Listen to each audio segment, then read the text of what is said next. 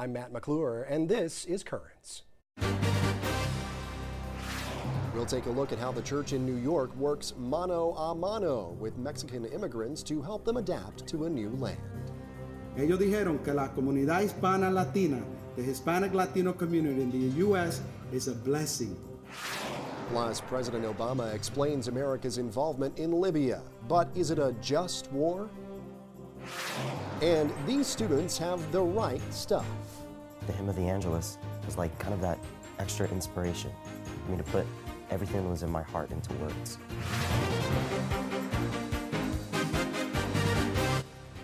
Well, good evening. Thanks so much for joining us tonight. It is an eye-opening number. Early data from the 2010 U.S. Census shows Hispanics make up more than half of the population growth in the country over the last 10 years. Now, for the first time in the country's history, 1 in 6 Americans is Hispanic. And as the Hispanic community begins to assimilate into the wider American fabric, there is celebration and cause for concern.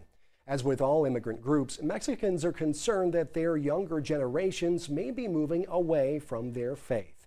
It is one of the issues that the group Mano a Mano took a close look at during a series of discussions this past weekend at Fordham University. We bring gifts. The obispo, the bishops, have recognized that. 1985, they wrote a letter about the Hispanic community in the U.S. And they said, ellos dijeron que la comunidad hispana latina, the Hispanic Latino community in the U.S. is a blessing. Es una bendición. In any parish in New York, you don't just have one group. And so in my parish, I have Ecuadorians, Puerto Ricans, Dominicans, and Mexicans. Those are the 4 major groups, then a smattering of everything else Latino. In the recent history, Hispanics really are put into one pot, but I think that now it needs to be revised because the Mexican population has many differences from other Hispanic groups and many challenges. What we have to look at is the second generation of Mexicans who are Mexican Americans. Will we lose them as we lost Puerto Ricans who came here in the second generation? So the faith has to evolve and grow. I'm in the middle, where are certain things about the church that were introduced to us and were kept with us, but not necessarily stayed as a tradition as my family grew and as the majority of our family was rooted here. I think that it goes also to the challenge that we have as Catholics in general, how to keep our young people, how to keep our faith vibrant and strong and something that, that we want to transmit, but we can't pass it on easily as if it's just something that you hand over. It's something that has to really become ingrained in them. So that's the challenge of the day. The biggest fear for me is really when I think about the future, in terms of 10 to 15 years, the Mexican population in New York is going to be the largest Hispanic population. We need to have more professionals. We need to encourage people to go to college. We need to create networks of support to support the incoming immigrants, but more especially the children, because the children are getting lost. They don't understand the parents' culture. They don't want to deal with it. And at the same time, they're just sort of turning away. In our school building, we opened a charter school that's trying to reach out to the Hispanic community and people in the area to help build up their own self-image, because in so many of the public schools they're put down because they don't know English. And I really feel that their self-concept is so improving because people have begun to take notice. 95% of our Hispanic youth that go through to Catholic high school graduate, okay? And 90% of them go to college. But I don't expect when all my Mexican young people go to college that they're going to be faithful to Sunday Mass. I think they're going to be like their American counterparts. So I think we will probably, unfortunately, have to see some of the next generation be lost and maybe come back. I think the important thing that we can do right now is let them know they still have a home to return to. But we have not really invested on them as a church. If our church wants to have a relevant voice in our youth lives, we need to create spaces where they can come together, breathe freely, without any judgment, but they can cultivate those relationships that they need to really develop as young persons. And we have much more on Mexicans and the church over on our website. Just go to currentsny.net for more. And stay tuned, there's much more currents ahead. Japan is on maximum alert. We'll have the latest on that, plus the rest of the day's headlines next.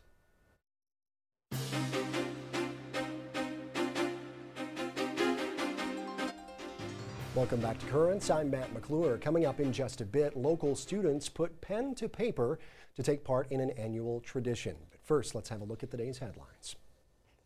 President Barack Obama says the U.S. will now play a supporting role in Libya. More than a week after military action got underway in that country, President Obama gave a primetime address last night to lay out the reasons for the United States involvement.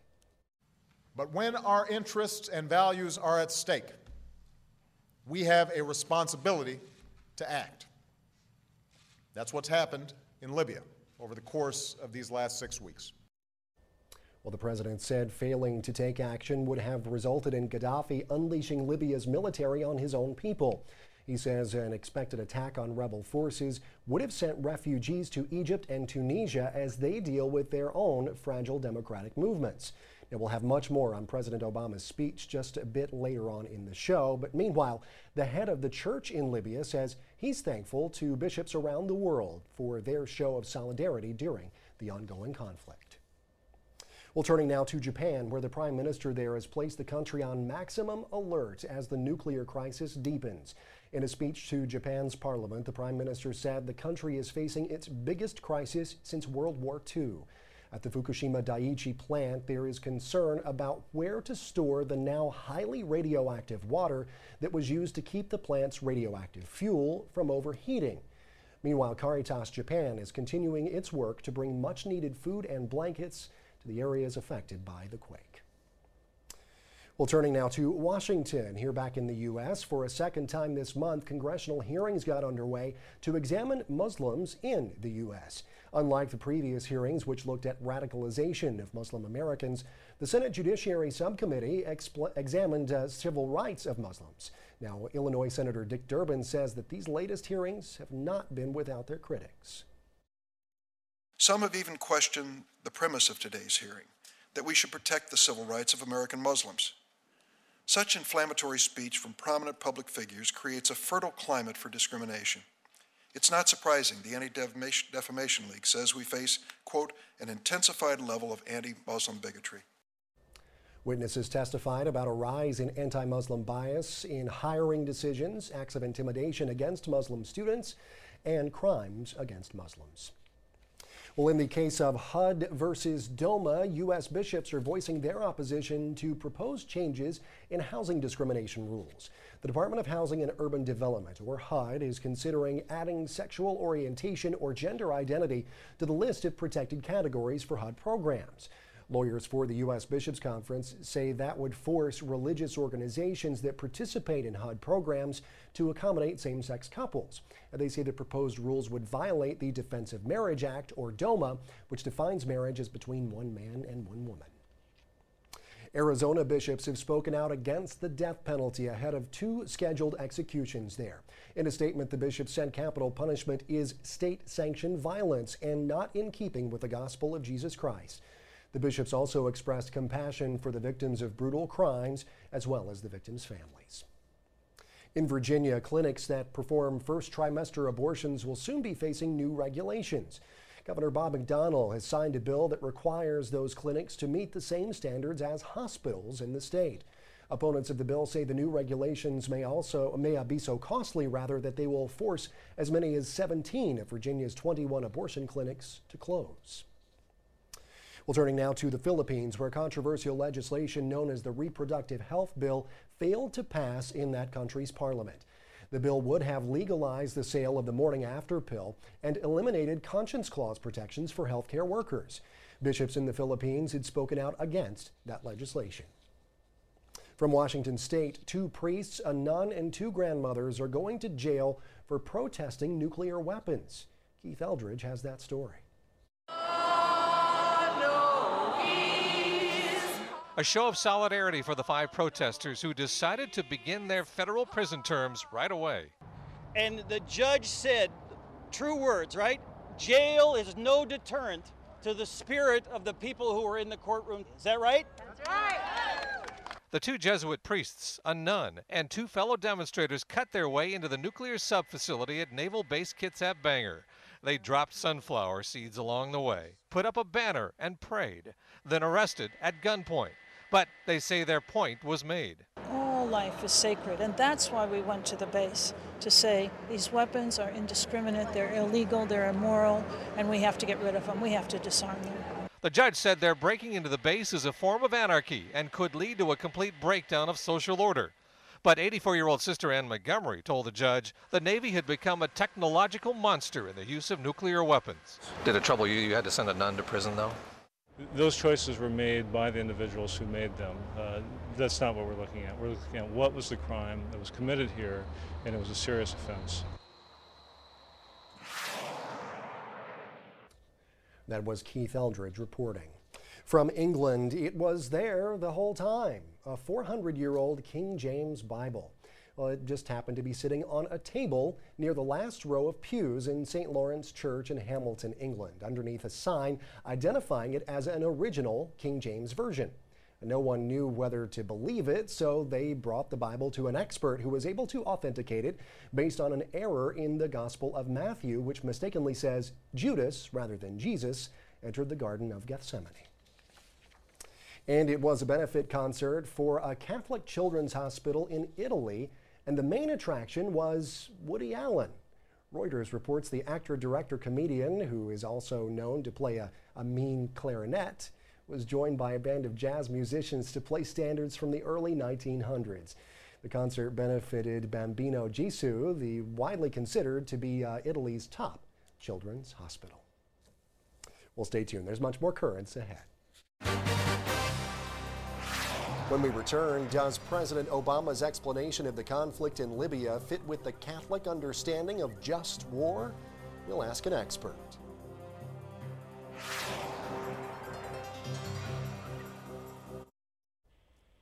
Welcome back. Well, as the fighting continues in Libya, Muammar Gaddafi's forces drove back rebels into a full retreat today as they were closing in on the leader's hometown. Meantime, diplomatic leaders from around the world gathered in London today to discuss just how far they should go to remove Gaddafi from power. Now, here at home, President Obama took to the airwaves last night following calls across the political spectrum to explain the U.S. role in Libya. CNN's Nicole Collins is in Washington with the latest. From the National Defense University in Washington, President Obama addressed the nation Monday night to clarify the purpose of the U.S. mission in Libya. I refuse to wait for the images of slaughter and mass graves before taking action. When our interests and values are at stake, we have a responsibility to act. That's what's happened in Libya. The explanation comes more than a week after the U.S. military and a coalition of allies began military action to enforce a United Nations-backed no-fly zone in the civil war-torn country. President Obama explained actions the United States has taken to protect the Libyan people from the brutality of Muammar Gaddafi and U.S. policy going forward as NATO takes control of the mission. We will deny the regime arms, cut off its supplies of cash, assist the opposition, and work with other nations to hasten the day when Gaddafi leaves power. Both Republicans and Democrats have criticized the president's policy, questioning the purpose, cost, and possible consequences. The ranking Republican on the Senate Armed Services Committee praised the president's remarks, but said he didn't go far enough when he told the world the U.S. would not use force to remove Gaddafi. To say a regime change is not going to take place by force, I certainly can't agree with. He's a danger to the world. That report from CNN's Nicole Collins. So did the president's speech last night clear up the question of whether or not the U.S. action in Libya can be classified as a just war or maybe a just conflict? Joining me now to talk more about that is Father John Langan, professor of philosophy at Georgetown University. Father Langan, thanks so much for joining us here once again on Currents. We appreciate it. Thank you. I appreciate the chance to talk these things over. Absolutely. Well, we enjoy talking about it with you. And this is something that, of course, it has been a question, as we talked about here just recently on the show. Is this action justified, or does it fit in with that just war theory, or in the criteria of a just war? Has anything about that changed? Your opinion about that changed since last night's speech? Well, I think it's very clear that the president does not want us to think about this as a war. It's more like humanitarian intervention. Sure. We're not committing to overthrow the Gaddafi regime. We have not ourselves been attacked.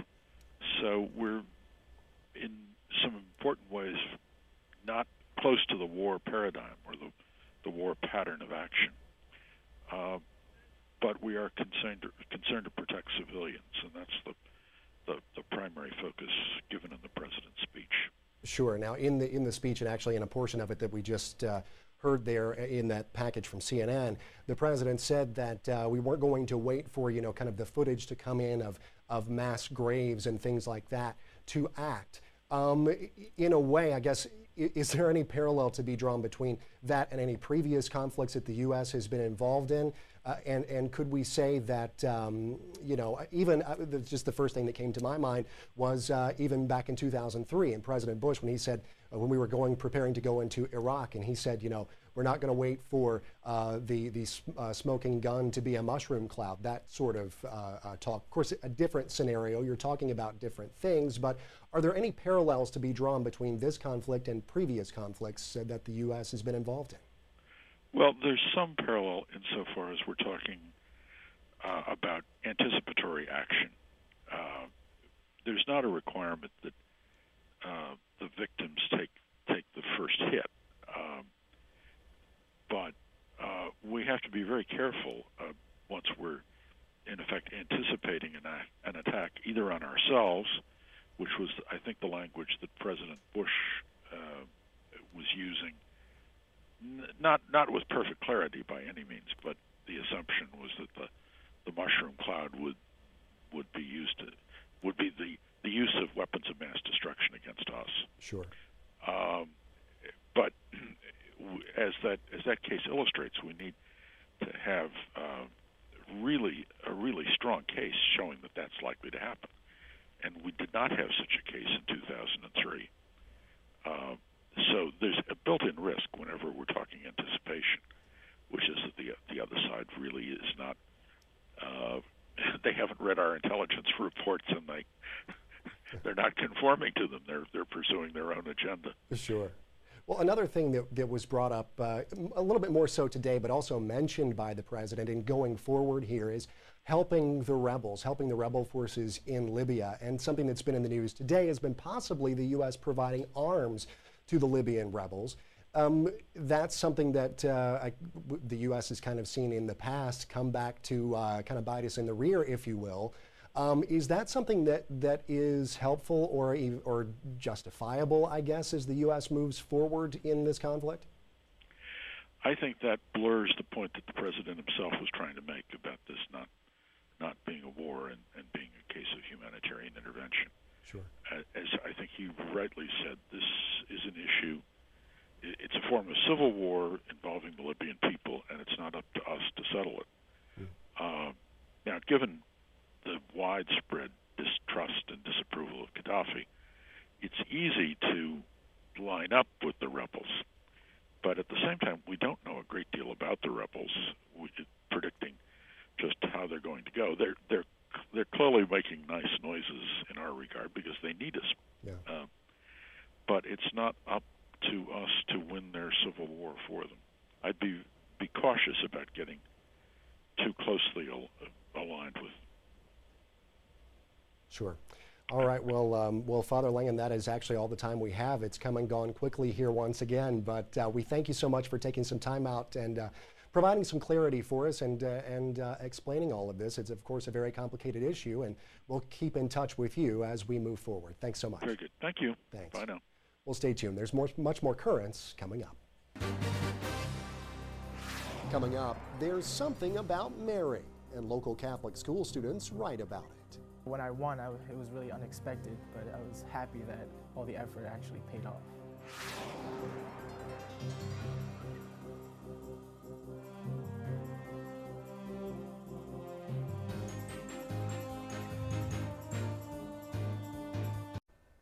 And finally tonight, for almost as long as the Cathedral Preparatory Seminary has opened its doors to train the would-be clergy of the Diocese of Brooklyn, The school has sponsored an essay writing contest to foster student devotion to the Virgin Mary.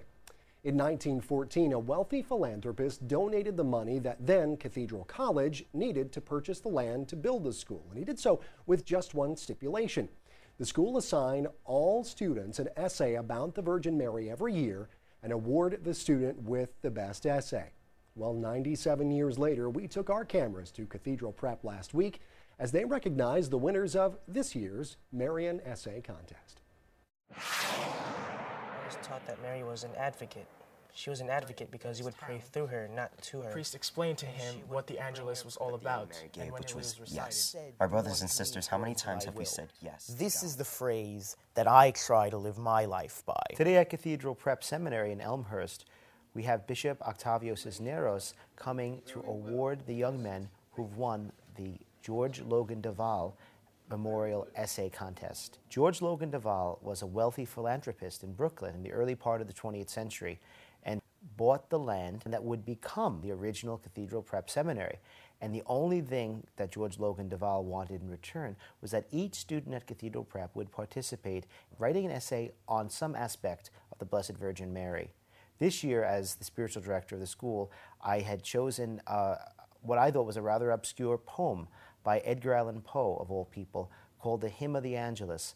And each young man at Cathedral Prep reflected on this beautiful, beautiful poem. He's mostly known for his darker works, and it's not really, you wouldn't really think that he'd write such a beautiful poem. The Hymn of the Angelus was like kind of that extra inspiration for me to put everything that was in my heart into words. It didn't really seem like a poem to me. Rather, it seemed like a prayer. When I was writing the essay, I read the prayer first, since that's what it was about. And when I read the prayer, I was inspired by it and its meaning. There was something inside me. I prayed before I wrote the essay, so I knew that it was really all about what I've experienced throughout my Christian life. The special relationship that Mary has begins here in an understanding of who she is and her presence in our lives. And I think the contest focus on that reality. It helps them to grow, first of all, in their relationship with her. And it's something that we do as a community, so it brings about a good spirit, you know? To me has been a joy to see the reaction of the men, because they did not know that they were going to be called. They did not know who had received the prize. When I won, it was really unexpected, but I was happy that all the effort actually paid off. I've been trying to win this since freshman year. I'd never won it before. I was only nominated one other time. I was just sitting there and I was just like, oh, I hope they call my name. And they did. But what was important was the classmates, because as they were astounded by their name being called, the classmates were clapping and pushing them. Everyone here is your brother. Everyone here cares about you. And when I came to this school, it completely changed what my perception of high school should have been and what I really wanted to do. It really set me straight on my vocational path. And they actually had a beautiful breakfast with the bishop in which they discussed their love of the Blessed Mother as well as the vocation of priesthood. I was very happy with the way they related to him and the way the bishop related to them. I myself, as well as my brothers around me, are discerning the priestly vocation. A lot of struggles in that. There's a lot of sacrifices you have to make. At times I feel like God's calling me to become a priest, but at other times I'm not really sure. But if he does, I'm open to it. I really believe that God is calling me to be a priest. And these young men, if in some way they grow in their devotion, their understanding, their appreciation of the key role that Mary has played and her openness as that first disciple to follow Jesus, whatever vocation they choose, they will be happy, healthy, holy young men. Preparing for the future. Great job, guys, and congratulations to the winners there. Well, come on and confess. Are you still wondering whether or not you should submit a video for the I Confess campaign? Well, trust me, there's no need to overthink this at all. All you have to do is go to iconfess.com. It's so easy. You can enter there for your chance to win thousands of dollars in scholarship money. And trust me, it is as easy as confession. Just submit a 1-minute video encouraging folks to go to confession on April 18th. That is also known as Reconciliation Monday. And go to iconfess.com for more information. Yeah, I'm telling you, if I can do it, it's got to be easy, right? Well, that is it for this edition of Currents. Coming up on tomorrow's show, Currents goes back to school and talks to principals and teachers. So tune in for that. But until then, be sure to check us out online. We're over at currentsny.net on the interwebs. We're also on Facebook and on Twitter. And if you have a question or a comment, maybe a story idea you'd like to suggest for us, email us. Our address is drop us a line, that is all one word, at currentsny.net. For all of us here at Currents, I'm Matt McClure. Thanks so much for watching. Have a great night.